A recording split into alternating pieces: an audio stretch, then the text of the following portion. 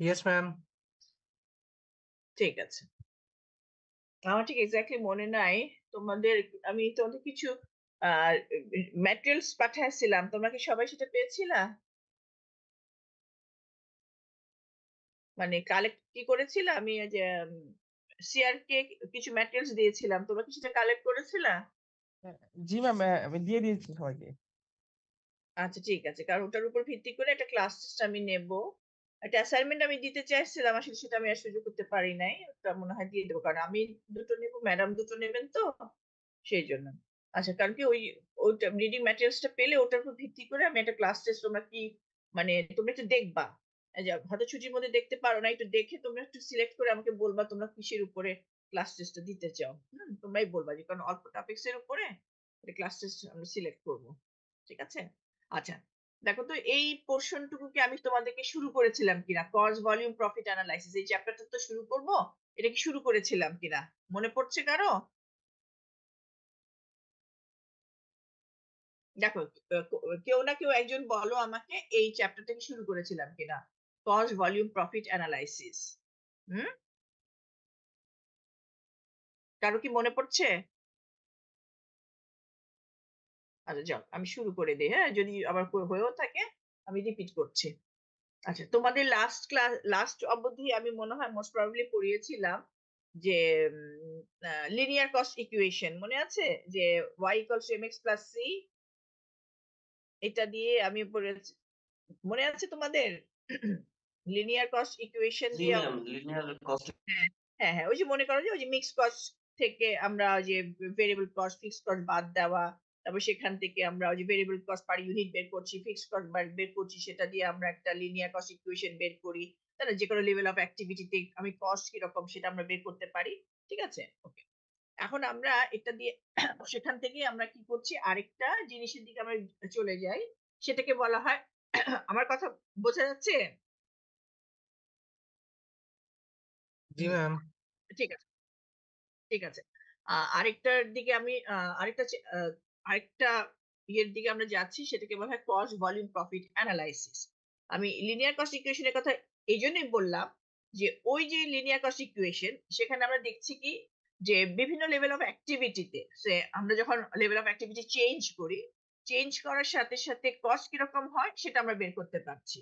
But cost যদি change হয়, হ্যাঁ, লেভেল অফ অ্যাক্টিভিটিতে, অবভিয়াসলি কিন্তু প্রফিটও কিন্তু এফেক্টেড হয়, তাই না? আমি লেভেল অফ অ্যাক্টিভিটি চেঞ্জ করছি, কস্টও চেঞ্জ হচ্ছে, এট দ্য সেম টাইম কিন্তু সেটার উপরে কিন্তু আমার কি হয়, প্রফিটও এফেক্টেড হয়। কিন্তু ওই ইকুয়েশনে কিন্তু আমরা ওইটা ইয়ে করতে পারি না, অ্যানালাইসিস করতে পারি না। সো নতুন একটা টেকনিক আসছে, সেটাকে বলা হয় cost volume profit analysis, CVP analysis. মানে ওয়াইডলি যেটা আমরা মানে ইউজ করি, সেটাকে বলা হয় সিভিপি অ্যানালাইসিস। ঠিক আছে। এই যে দেখো, cost volume profit, that is CVP analysis, is one of the most powerful tools which helps management to understand the interrelationship between cost, volume, and profit in an organization. এটা এমন একটা technique, সেটার মধ্যে মানে কি দেখা যাচ্ছে, যে ইন্টার রিলেশনশিপ, সেটা মানে দেখায়। That means level of activity change হওয়ার সাথে সাথে কস্ট কিরকম ভাবে চেঞ্জ হয়, এবং কস্ট চেঞ্জ হওয়ার সাথে সাথে প্রফিট কিরকম ভাবে এফেক্টেড হয়। এই যে ইন্টার রিলেশনশিপ, সেটাই কিন্তু দেখাচ্ছে। It is a vital tool in many business organization. ঠিক আছে। এখন মনে করো যে এই যে আমি প্রফিটটা যে অ্যানালাইসিস করব, এটা অ্যানালাইসিস করার জন্য কতগুলো টেকনিক আছে। এই টেকনিক দিয়েই কিন্তু কি করতে হয়, সিভিপি অ্যানালাইসিস করতে হয়। ঠিক আছে। The basics of cost volume profit analysis. তোমরা আমি আবার বলছি, যদি রিপিটেশন হয় আমাকে কিন্তু বলো। The basics of cost volume profit analysis, এই যে অ্যানালাইসিসটা করার জন্য আমাদের কতগুলো টেকনিক আছে, হ্যাঁ। এই টেকনিক গুলো দিয়েই আমরা করবো কি, বিভিন্ন ধরনের কেস স্টাডি আমরা করে দেখাবো। নাম্বার ওয়ান, কন্ট্রিবিউশন মার্জিন, সংক্ষেপে হচ্ছে সিএম। বড় হাতের সি, বড় হাতের এম। যখন আমরা অঙ্ক করব, এই সংক্ষেপে আমরা কিন্তু সিএম কথাটাও লিখতে পারি। ঠিক আছে। Contribution margin ratio, CM ratio, sorry, break even point, break even point, হ্যাঁ, ওই যে বলেছিলাম কিনা জানি না, এমন একটা পয়েন্ট যেখানে কোনো প্রফিট হবে না, লস হবে না, সেটাকে বলা হয় break even point, BEP. Margin of safety and margin of safety ratio gradually এটা আমি বোঝাবো degree of operating leverage DOL ঠিক আছে এই পাঁচটা টেকনিক দিয়ে আমরা প্রফিট অ্যানালাইসিস করব ঠিক আছে আমি তাহলে প্রথমটা শুরু করছি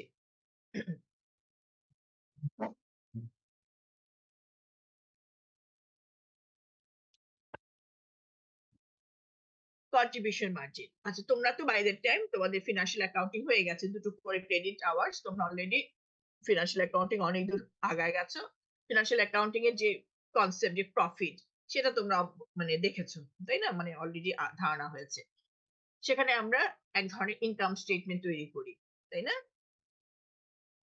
তোমাদের মানে একটা ইনকাম স্টেটমেন্টের ধারণা তো হয়ে গেছে তাই না দ্যাট মিনস ফিনান্সিয়াল অ্যাকাউন্টিং আমরা করি কি ফর এক্সটার্নাল ইউজার গ্রুপদের জন্য তাই না যেটা আমিও আগেও বলেছিলাম সেখানে আমরা কি করছি একটা অ্যাকাউন্টিং পিরিয়ডে যা আমার এক্সপেন্সেস গুলো হয় সেখান থেকে আমরা সরি যা আমার রেভিনিউজ আর্ন হয় দ্যাট মিনস একটা পার্টিকুলার অ্যাকাউন্টিং পিরিয়ডে যে আমি রেভিনিউ আর্ন করি সেখান থেকে আমার ওই অ্যাকাউন্টিং পিরিয়ডে যে আমার এক্সপেন্সেস গুলো হয় সেগুলো বাদ দিচ্ছি তাই না একটা নির্দিষ্ট ফরম্যাটে বাদ দিয়ে আমি সে প্রফিটটা ক্যালকুলেট করি তাই না সেটা তোমরা দেখবা কিভাবে অবশ্যই এটা আমিও আমার এখানেও আমি একটু একটু করে দেখাবো এখন মনে করো সেটা আমরা কিভাবে দেখাচ্ছি প্রথমে রেভিনিউজ থেকে প্রোডাকশন কস্ট গুলো আমরা বাদ দিচ্ছি বাদ দিয়ে আমি গ্রস প্রফিট বাদ দিই গ্রস প্রফিট বের করি দেন সেখান থেকে আমি অপারেটিং এক্সপেন্সেস গুলো বাদ দিচ্ছি অপারেটিং এক্সপেন্সেস মানে হচ্ছে যে একটা অ্যাকাউন্টিং বেড়ে যে আমার হচ্ছে সেখানে বাদ দিয়ে আমি নেট প্রফিট বের করছি এটা হচ্ছে ফিনান্সিয়াল অ্যাকাউন্টিং এর বাট আমি আবার বলছি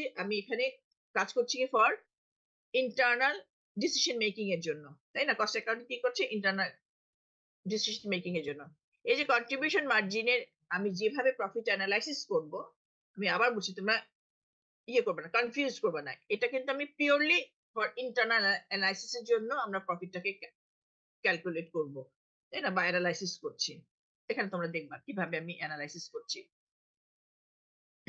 contribution margin is the amount remaining from sales revenue after variable expenses have been deducted এই সিস্টেমে আমরা কি করছি এটার উপর ভিত্তি করে কিন্তু আমরা যে প্রফিটটা হবে সেটা কিন্তু ডিভিডেন্ড যেটা আমি সেটা কিন্তু আমরা শেয়ার হোল্ডারকে বা ওনাকে দিব না এটা ইন্টারনাল অ্যানালাইসিস এর জন্য ঠিক আছে আমি বারবার কিন্তু তোমাদেরকে ক্লিয়ার করে দেওয়ার চেষ্টা করছি তো এই সিস্টেমে আমরা প্রথমে কি করছি যে সেলস রেভিনিউ হবে একটা অ্যাকাউন্টিং পিরিয়ডে সেলস রেভিনিউ মানে কি আমি যে প্রোডাক্টটা প্রডিউস করছি যে অ্যামাউন্টটুকু আমি বাজারে বিক্রি করছি বাজারে বিক্রি করে যে সেলস রেভিনিউ আমি আর্ন করব সেই সেলস রেভিনিউ থেকে আমি প্রথমে কি করব ভেরিয়েবল সেলসটা বাদ দেব দ্যাট মিনস আমি যত ইউনিট বাজারে বিক্রি করছি সেই সেলস রেভিনিউ থেকে তত ইউনিটের ভেরিয়েবল সেলসটা বাদ দেব বাদ দিয়ে যেটা পাবো সেটাকে বলা হয় কন্ট্রিবিউশন মার্জিন তার মানে contribution margin is the amount remaining from sales revenue after variable expenses have been deducted ঠিক আছে তবে সেই অ্যামাউন্টটাকে আমি বলছি কি কোনটা contribution margin it is the difference between sales and variable cost of sales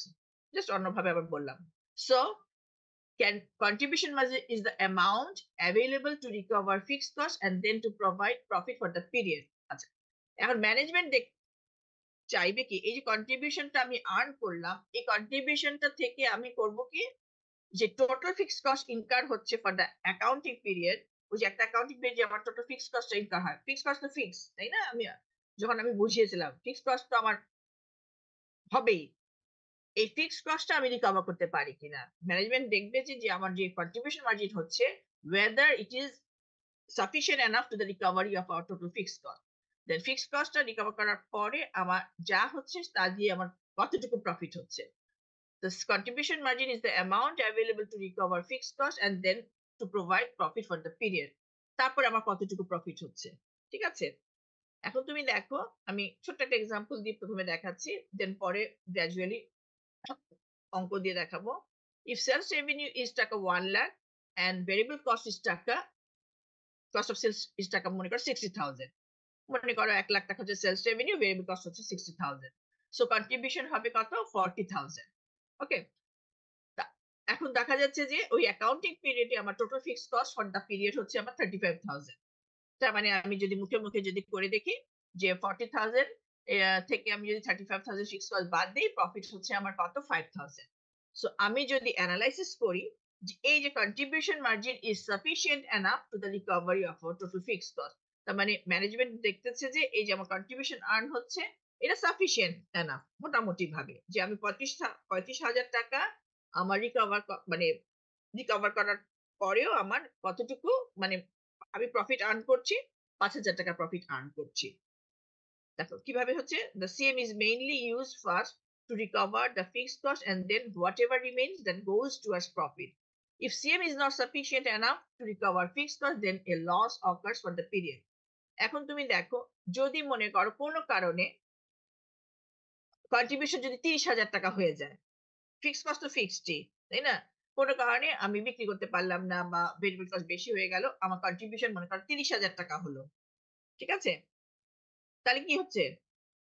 fixed cost আমার 35,000ই। তার মানে contribution is not sufficient enough to the recovery of our fixed cost. 30,000 টাকা, 30,000 টাকার মধ্যে আমি ফিক্সড কস্ট রিকভার করতে পারলাম। ফিক্সড কস্ট হচ্ছে আমার 35,000।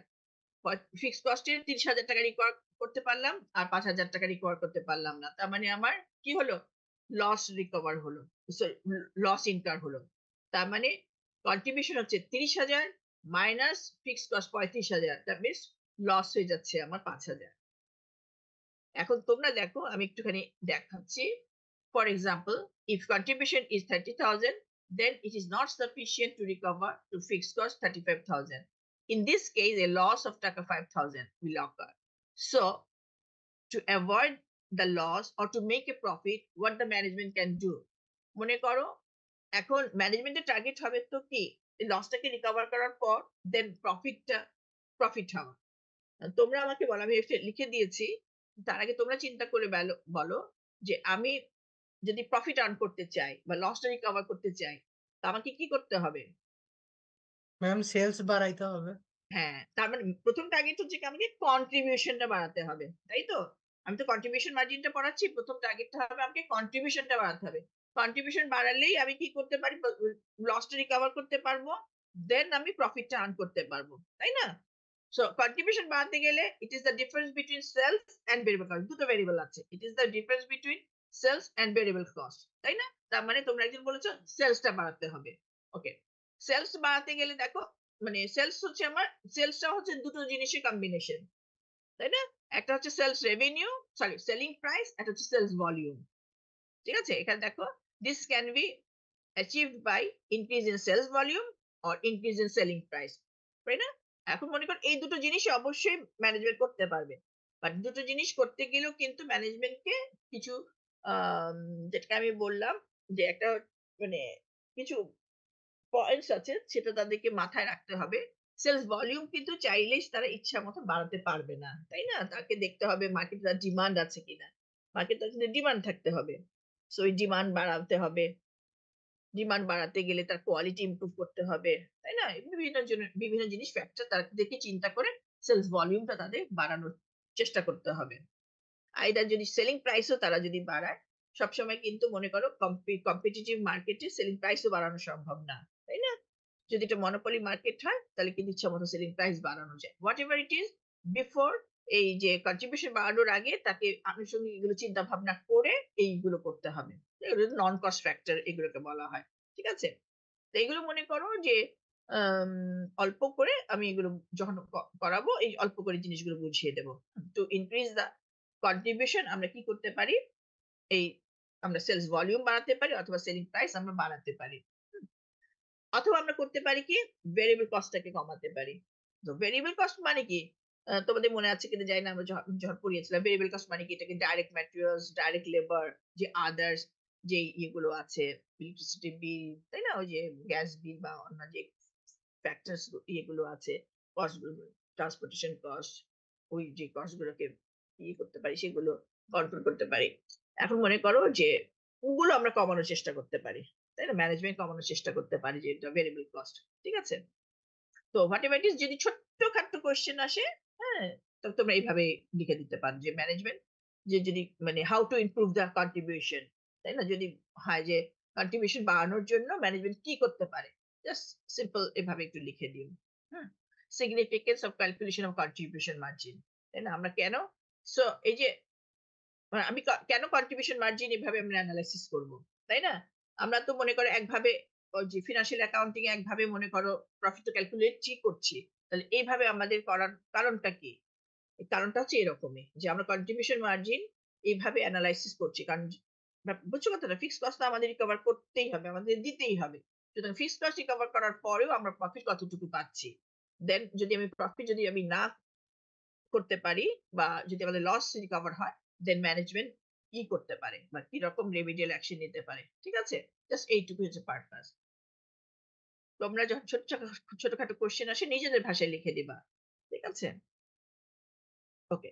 এখন তুমি দেখো আমরা কিভাবে অঙ্কের মধ্যে কিভাবে প্রেজেন্ট করব জিনিসগুলো। Contribution approach to prepare a new income statement format. আমরা এখন কন্ট্রিবিউশন কোন ফরম্যাটে ইনকাম স্টেটমেন্টটা তৈরি করি। হুম? ওটা তো অন্যরকম ভাবে income statement. Sales revenue, sales revenue থেকে ভেরিয়েবল কস্ট অফ সেলস যে কথাগুলো আমরা যেভাবে বলেছি এতক্ষণে। Then contribution, less total fixed cost for the period, net profit or the net loss. ঠিক আছে? এটা হচ্ছে ইনকাম স্টেটমেন্টের format. This contribution approach to the income statement is used in internal এই যে এখন ধরে যে কথাগুলো বললাম as an internal planning আমি লিখে দেওয়ার চেষ্টা করেছি decision making tool. The management needs this information for planning, controlling and decision making purpose. যখন আমরা অঙ্ক করব এই ফরম্যাটে আমরা অঙ্ক করব। ঠিক আছে? মানে যখন যে ফরম্যাটে বলা হয়। যদি ইকুয়েশন ফরম্যাটে হয় দেখো,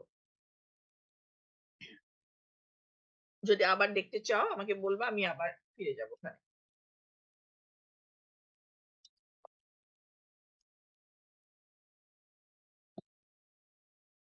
ইকুয়েশন ফর সিভিপি অ্যানালাইসিস, হ্যাঁ?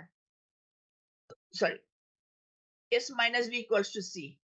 ঠিক আছে? এই যেটা সেলিং এখান থেকে লিখে দিয়েছি। তার মানে সি থেকে আমি যদি ফিক্সড কস্ট বাদ দেই, প্রফিট পাচ্ছি। ক্লিয়ার? আমি তার মানে কি এই দুটো তার মানে এই C fixed cost plus profit. ঠিক আছে? তার মানে এই দুটো যদি আমি কমন নেই, S minus V equals to fixed cost plus profit. এইটা। এটা সোজা জিনিস, তাই না?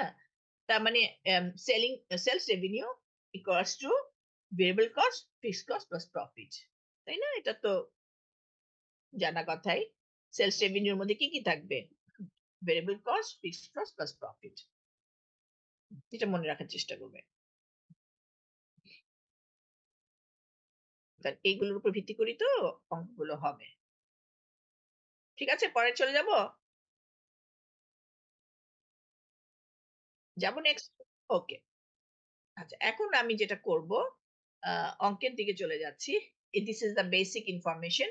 এই এই ইনফরমেশনটা দিয়ে কিন্তু পুরো চ্যাপ্টারটা যাবে। হ্যাঁ? এটা হচ্ছে অরিজিনাল ডাটা। যে বইটা থেকে তুলেছি সেই বইটার এটা হচ্ছে অরিজিনাল ডাটা। এটা দিয়েই আমি সবগুলো যে যে মনে আছে যে ১ম যে বেসিক ৫ টা দিয়েছিলাম ওটা এনালাইসিস করব ইনশাআল্লাহ।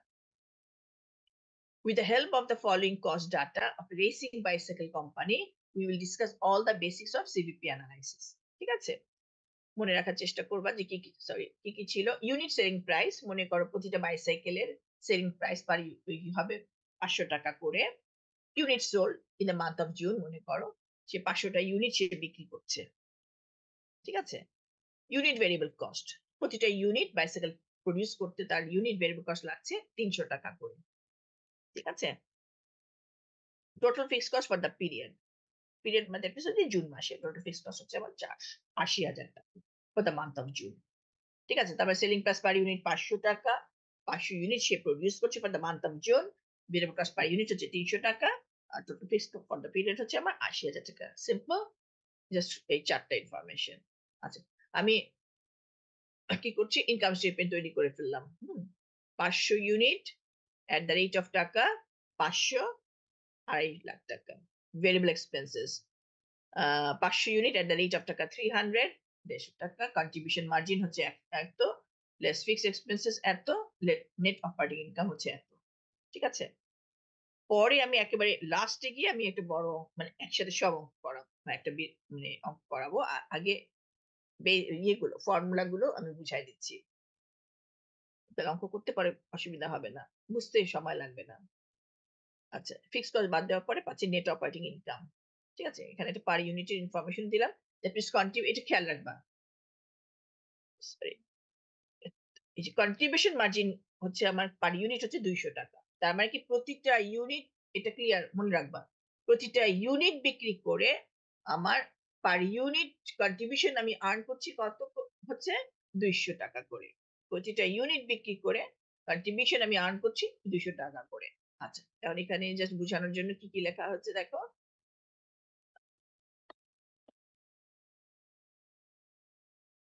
কি চলে আসলো দেখি।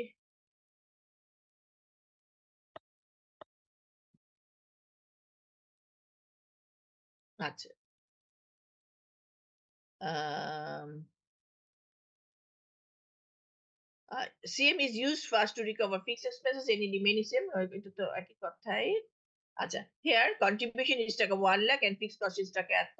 Contribution is sufficient enough to the recovery of fixed cost and remaining contribution তো এটা দেখা যাচ্ছে না কেন এখানে?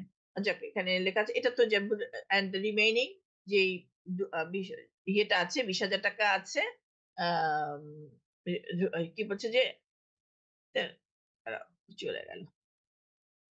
Contribution sufficient enough to the recovery of our total fixed cost and remaining contribution যে ইয়েটা আছে আমার সেটা এখানে কি যেন লেখা আছে আমি দেখতে পাচ্ছি না। তার মানে যে আমার যে ৳১,০০,০০০ আছে সেখান থেকে ৳৮০,০০০ বাদ দেওয়ার পরে যে ৳২০,০০০ রয়ে গেল সেটা আমাকে প্রফিট আ ই ইয়ে করার ব্যাপারে সাহায্য করছে। এটাই মনে হয় লেখা আছে। বাট আমার এখানে এই লাইনটা দেখতে পাচ্ছি না।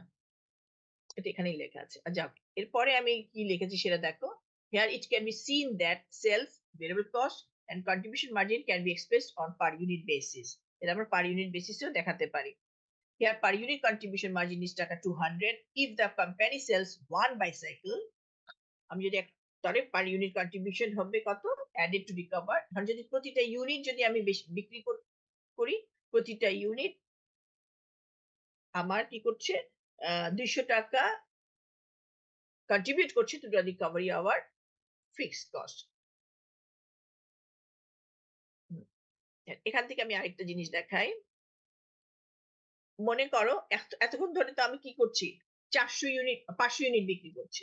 একটু খেয়াল করে দেখো ৫০০ ইউনিট যখন আমি বিক্রি করছি, ৫০০ ইউনিট বিক্রি করে আমার কন্ট্রিবিউশন আর্ন হয়েছে কত? দেখো একটু খেয়াল করে দেখো ৫০০ ইউনিট যখন বিক্রি করি কন্ট্রিবিউশন আর্ন হচ্ছে ৳১,০০,০০০। ফিক্সড কস্ট কিন্তু ফিক্সড। প্রফিট হচ্ছে আমার ৳২০০।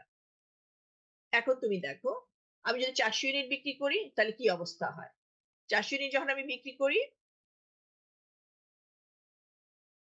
সেলস রেভিনিউ হচ্ছে আমার ২০০, ভেরিয়েবল কস্ট হচ্ছে 1,20,000 পার ইউনিট দিয়ে যদি তুমি করো এটা বের করতে পারছো।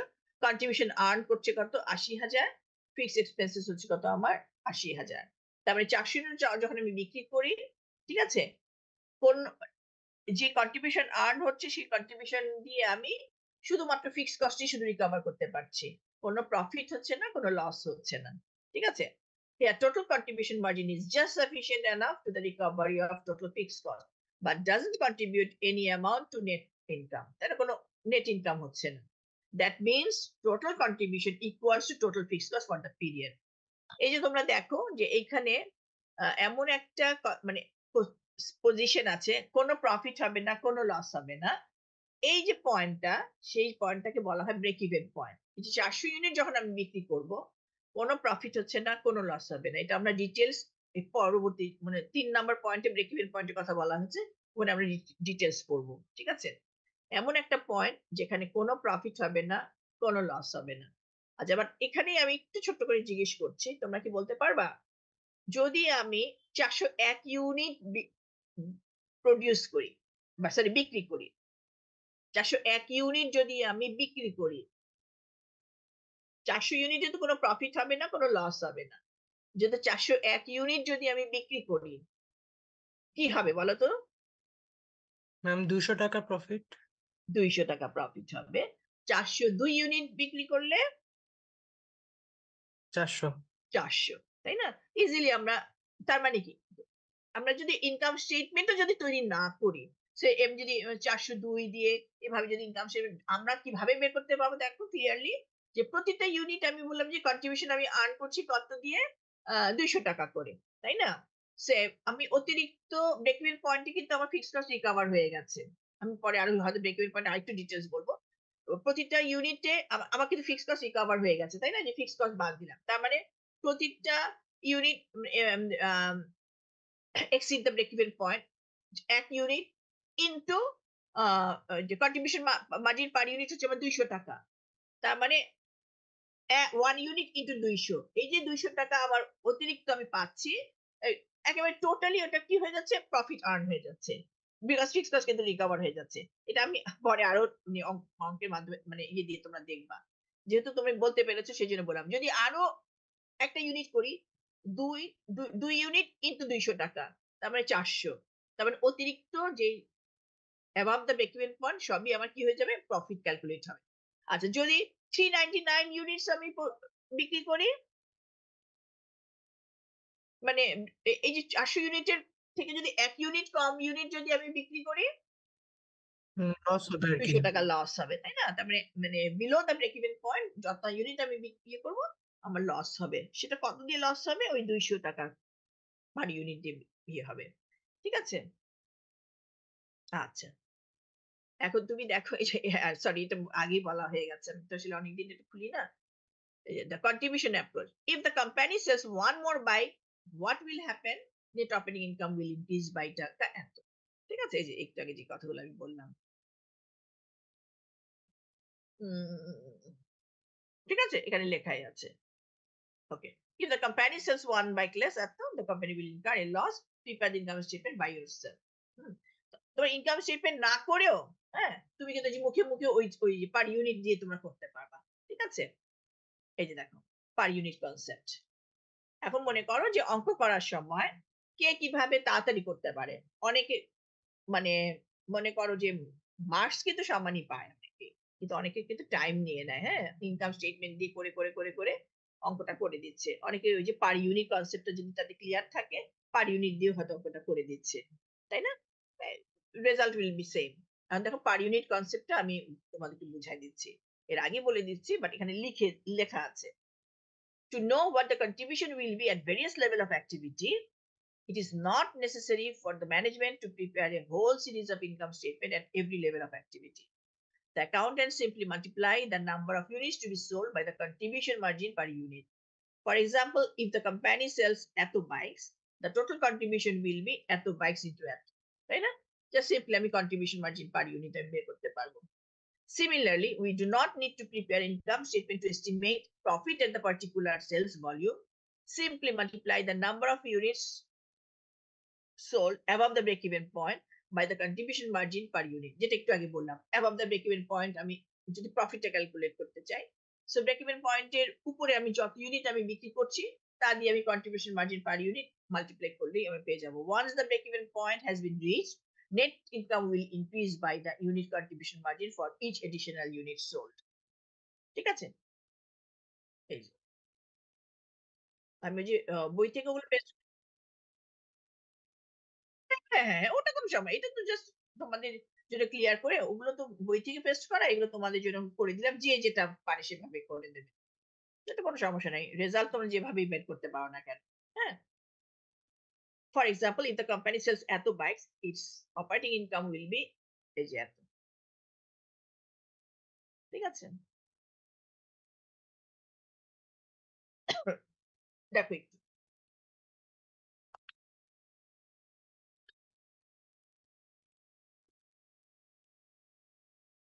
ঠিক আছে? ঠিক আছে না? Per yes unit ma'am. Concept okay. এখন আমি কন্ট্রিবিউশন মার্জিন রেশিও তে চলে যাই। হ্যাঁ? এটাও আরেকটা টেকনিক। রেশিও। দ্যাট মিনস এই কন্ট্রিবিউশন মার্জিনটাকে আমি একটা রেশিও দিয়ে আমি এনালাইসিস করব। কারণ অনেকভাবেই তো ম্যানেজমেন্ট যে প্রফিটটাকে এনালাইসিস করতে চায়। The contribution margin ratio is the percentage of total contribution to sales. এখন আমরা কি সেলস এর সাথে কম্পেয়ার করে দেখাবো। সো সিএম রেশিও জাস্ট তোমার ফর্মুলা গুলো মনে রাখার চেষ্টা করবা। হুম? সিএম রেশিও অনেক ফর্মুলা এখানে। CM ratio equals to total CM ratio divided by total sales. এটা পার ইউনিট দিয়েও করা যায়। মনে হয় নিচে লেখা আছে। তো অনেকদিন আগে করা তো আমি ওটা দেখি না এখনো। Total CM ratio divided by total sales. ঠিক আছে? আচ্ছা, এখন তুমি দেখো এই যে ইনকাম স্টেটমেন্ট আছে, সেই ইনকাম স্টেটমেন্টে তোমার যে অরিজিনাল যে ইনকাম স্টেটমেন্ট, সেখানে আমার টোটাল কন্ট্রিবিউশন ছিল ৮০,০০০ আর টোটাল সেলস ছিল আমার ২,০০,০০০ মাল্টিপ্লাইড বাই 100। আমি কি অরিজিনালে চলে যাব? দেখবা তোমরা ইনকাম স্টেটমেন্ট? দেখো এই যে বাইসাইকেল এই যে। ওরা মনে হয় সেলস ২,০০,০০০ কন্ট্রিবিউশন হচ্ছে মনে হয় ব্রেক ইভেন পয়েন্ট একটা দিয়ে করেছে মনে হয়। দাঁড়াও ব্রেক ইভেন না সরি এই যে এটা যেকোনো একটা দিয়েই করলেও হবে অসুবিধা নাই। টোটাল সেলস যে কন্ট্রিবিউশন হচ্ছে ৮০,০০০ ২,০০,০০০ এই যে দেখো। তোমরা এটা দিয়েও করতে পারো যেকোনো, যেকোনো দিয়ে। Total contribution divide by total sales. ঠিক আছে? তোমাদের কাছে ক্যালকুলেটর আছে? কারণ unit selling price, unit variable cost তো সেম। তোমাদের কাছে ক্যালকুলেটর বা আছে না? তোমরা যদি এখানে ১,০০,০০০, ২,৫০,০০০ আছে তোমাদের কাছে অরিজিনাল যে ইনকাম স্টেটমেন্ট, ওখানে ই আ ইয়া ছিল আমার সিএম রেশিও ১,০০,০০০ আর সেলস ছিল ২,৫০,০০০। দেখো তোমাদের করে দেখো একটু সেখানেও 40% আসবে। আছে তোমাদের ক্যালকুলেটর? দেখো 40% আসবে।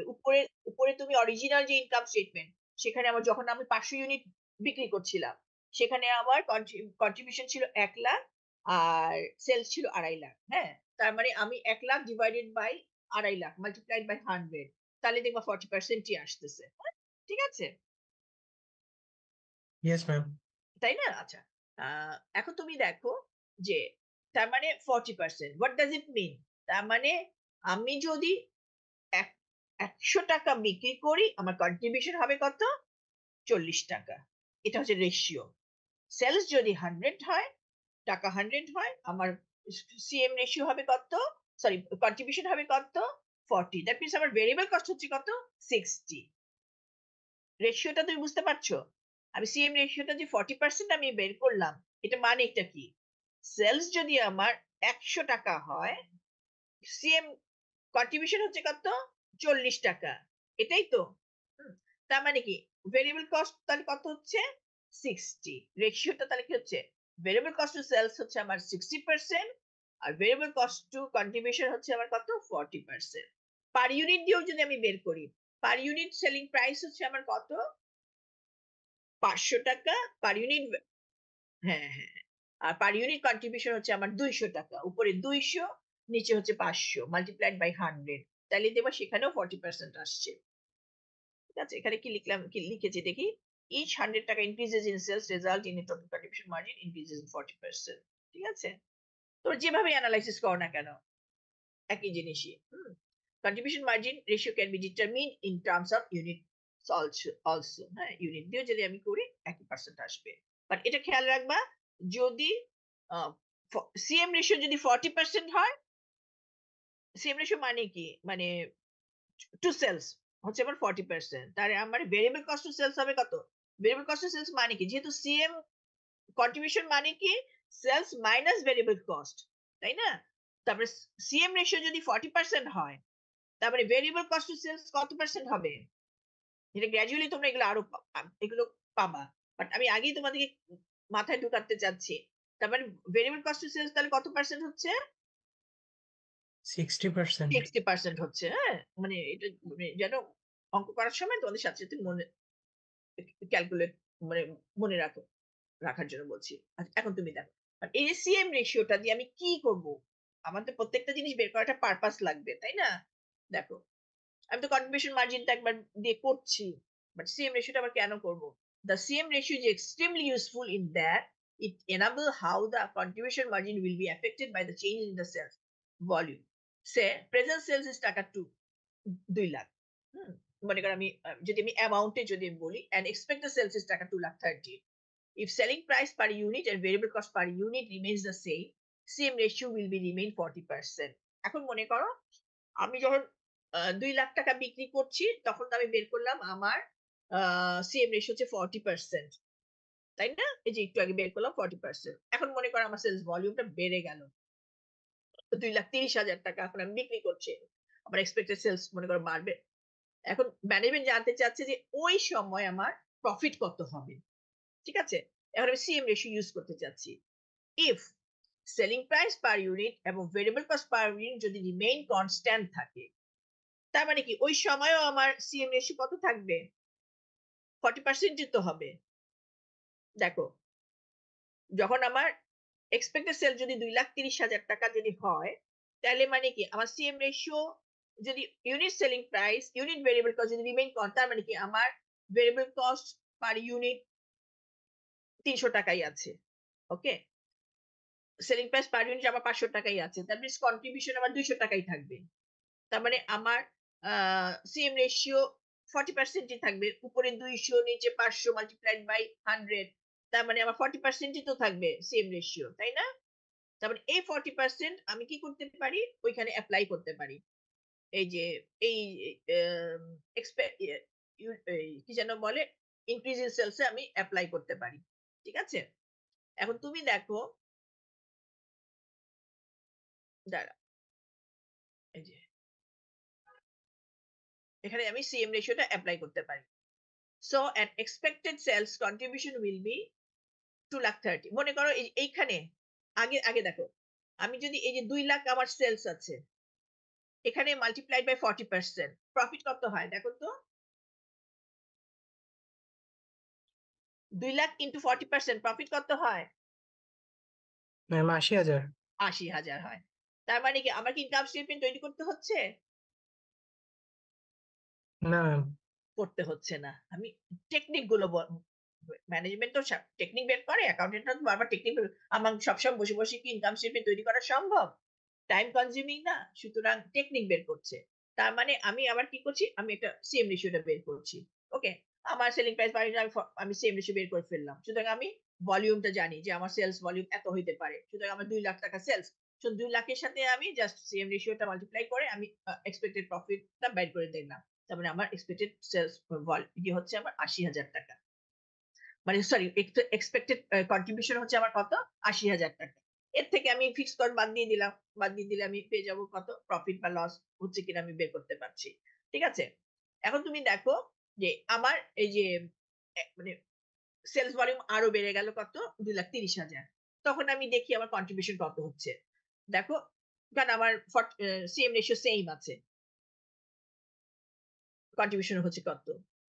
if fixed cost remain constant মনে করো ওই লেভেলেও আমার ফিক্সড কস্ট চেঞ্জ হচ্ছে না ৮০,০০০ টাকাই আছে সো প্রফিট উইল বি 92,000 থেকে আমি ফিক্সড কস্ট বাদ দিয়ে পেলাম ১২,০০০ টাকা প্রফিট ওকে এখান থেকে আমি তোমাদেরকে আরেকটা কথা বলি মনে করো যদি ফিক্সড কস্ট যদি চেঞ্জ হয় মনে করো ২,৩০,০০০ টাকার মধ্যে একটু ফিক্সড কস্ট চেঞ্জ হয়ে গেল মনে করো সুপারভাইজার তাকে মনে করো ৪২,০০০ টাকা হয়ে গেল ওই লেভেলে যখন ২,৩০,০০০ টাকা আমি আহ, বিক্রি করছি ওই লেভেলে আমার ফিক্সড কস্ট একটু বেড়ে গেল ৪২ মানে 82,000 টাকা হয়ে গেল। তখন আমি এখানে কত বাদ দিব? 82,000 টাকা বাদ দিব।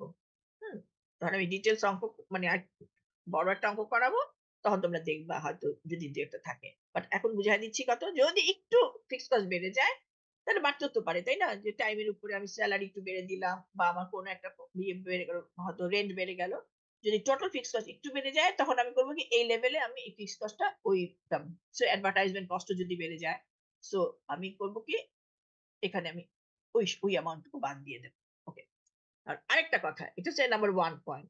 আরেকটা কথা হচ্ছে যে মনে করেন এই যে সিএম রেশিও যদি বলা হয় যে আমার ইনক্রিজ ইন সেলস আমার সেলসটা বাড়ছে 2,30,000 বাট ওই লেভেলে মনে হয় কোনো কারণে হয়তো আমার সেলিং প্রাইসটা আমার হয়তো একটু বেড়ে গেল বা কমে গেল। ৳৫০০ আমার সেলিং প্রাইস ছিল, আমার কমে গেছে বা বেড়ে গেছে। তার মানে কি সিএম রেশিওটা চেঞ্জ হয়ে গেছে সরি মানে কন্ট্রিবিউশনটা চেঞ্জ হয়ে গেছে না? ইয়েস আগে ম্যাম। আমার হ্যাঁ, তখন কি সিএম রেশিও 40% থাকবে? সিএম রেশিও হ্যাঁ, তার মানে নতুন করে আমাকে আমার সিএম রেশিওটা বের করতে হবে এই লেভেলে। এটা একটু খেয়াল রাখবা। অনেকে হয়তো কেন বলি স্টুডেন্টরা হয়তো মনে করে অনেক স্টুডেন্টরা করে কি ওই সিএম রেশিওটাই এপ্লাই করে ফেলে। তার মানে নতুন যে স্টেজে নতুন যে ইয়েতে তখন কিন্তু আমাকে করতে হবে কি নতুন করে সিএম রেশিওটা বের করতে হবে। যদি বলা হয় যে সেলিং প্রাইস চেঞ্জ হয়ে গেছে, ইনফরমেশন দেওয়া আছে বা ভেরিয়েবল কস্ট চেঞ্জ হয়ে গেছে, তখন আমাকে করতে হবে কি নতুন করে একটা সিএম রেশিও বের করতে হবে। সেই নতুন করে সিএম রেশিও বের করে দেন আমাকে ওখানে এপ্লাই করতে হবে। তার মানে এখানে আমি ২ টো পয়েন্ট বললাম, হ্যাঁ? যে এক্সপেক্টেড সেলস এর ক্ষেত্রে যদি দেখা যায় যে আমার কিছু চেঞ্জ হয়েছে, তার মানে নতুন করে সিএম রেশিওটা বের করতে হবে। অথবা যদি আবার ভেরিয়েবল ফিক্সড কস্ট যদি একটু বাড়ে, তো সেটাও আমাকে এখানে সেই অ্যামাউন্ট টুকু বাদ দিয়ে দিতে হবে। ঠিক আছে? তার মানে আমার সিএম রেশিওটা বের করার পারপাস টা বলে দিলাম, হ্যাঁ? তার মানে এটা আমি easily without doing the income statement আমরা ইজিলি আ এটা আমি ক্যালকুলেট করতে পারি। পার ইউনিট দিয়েও যেমন যত তাড়াতাড়ি আমি কন্ট্রিবিউশন টা বের করতে পারি, সেম রেশিও দিয়েও আমি তাড়াতাড়ি কন্ট্রিবিউশন টা বের করতে পারি। Note that if the selling price per unit and variable cost per unit changes at different level of expected level of sale, same ratio will also be changed. This new same ratio will be applied at the expected level of sales. ঠিক আছে? আমি যতটুকু সম্ভব এখানে লিখে দেওয়ার চেষ্টা করেছি। হুম? ওকে। এখন তুমি দেখো, এই জিনিসগুলোই মনে হয় হয়তো আমি বলেছি। না, এটা মনে হয় বলা হয় নাই। Increase in increase in sales amount টাকা 30,000 আচ্ছা, ওকে। এখন হচ্ছে কি যে, এই যে একটু আগে আমি বললাম যে আমার প্রেজেন্ট সেলস ছিল ২,০০,০০০ ইনক্রিজ ইন সেলস ছিল আমার কত? ইনক্রিজ ইন সেলস ছিল কত আমার কত? ২,৩০,০০০। ঠিক আছে? সো আমি যদি দেখি যে না আমার fixed cost remain the same, fixed cost আমার চেঞ্জ হয় নাই। তাহলে আমরা ইজিলি করতে পারি কি যে ইনক্রিজ অ্যামাউন্ট টুকু নিয়ে আমরা প্রফিটটা তাড়াতাড়ি বের করে ফেলতে পারি। ইনক্রিজ ইন সেলস অ্যামাউন্ট আমার কত? ৩০,০০০। ২,৩০,০০০ মাইনাস ২,০০,০০০। তার মানে ইনক্রিজ ইন সেলস অ্যামাউন্ট হচ্ছে আমার ৩০,০০,০০০। কিন্তু আমার ইয়েটা চেঞ্জ হয় নাই। ফিক্সড কস্ট চেঞ্জ হয় নাই। সো ইনক্রিজ ইন প্রফিট হচ্ছে কত? ৩০,০০০ ইন্টু 40% ১২,০০,০০০ টাকা। এটাও কিন্তু ইজিলি করা যায়। হুম? Another way. যদি ফিক্সড কস্ট রিমেইন চেঞ্জ থাকে, আনচেঞ্জ ম্যাম, থাকে। সিএম রেশিও চেঞ্জ হলে তো এই প্রসিডিওরে যাইতে পারবো না, তাই না? না, এই প্রসিডিউর এ যেতে পারবে না। ঠিক আছে? এটা জাস্ট তোমরা বিভিন্ন ইয়েটা দিলাম আরকি। তখন তোমরা লিখে দিবা যে অ্যা এ এটা চেঞ্জ হয় নাই বা কিছু একটা। ওটা তোমরা তোমার যে কেস এ যেটা করবে, যেটা তুমি এপ্লাই করতে পারবা সেটা। ঠিক আছে? Some manager prefer to work with the same ratio rather than the unit contribution margin figure. Generally speaking, when management is trying to increase sales, the manager will want to emphasize on those products that yields the greater amount of contribution margin. Just একটু লিখে দিলাম আরকি। ঠিক আছে? ওকে। অঙ্ক অত হয়তো কঠিন আসবে না।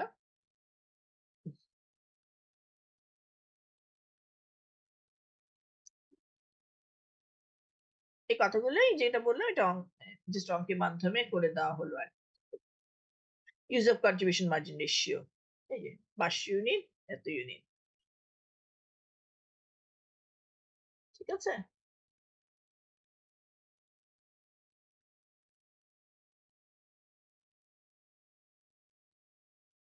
হুম, হুম। মনে করেন ইনকাম স্টেটমেন্ট এর যেটা তৈরি করছি। হ্যাঁ? আমি ইনকাম স্টেটমেন্ট দিয়ে ৫০০ ইউনিট করলে আমি পাচ্ছি কত? এই যে প্রফিট হচ্ছে ২,০০,০০০। আর এখানে আমার কোন প্রফিট হচ্ছে না। ঠিক আছে? এখন দেখা যাচ্ছে যে আমি এই যে সিএম রেশিও দিয়ে কিভাবে কি করতে পারি। ঠিক আছে? তো মনে করেন যখন আমি ইনক্রিজ ইন সেলস মনে করেন এত। তার মানে কত আমার ইনক্রিজ ইন সেলস হচ্ছে কত? এ টাকা এত increase in sales revenue results in এত টাকা প্রফিট। তার মানে কিভাবে বের করছি? এই যে 40% যেহেতু আমার fixed cost remain the same.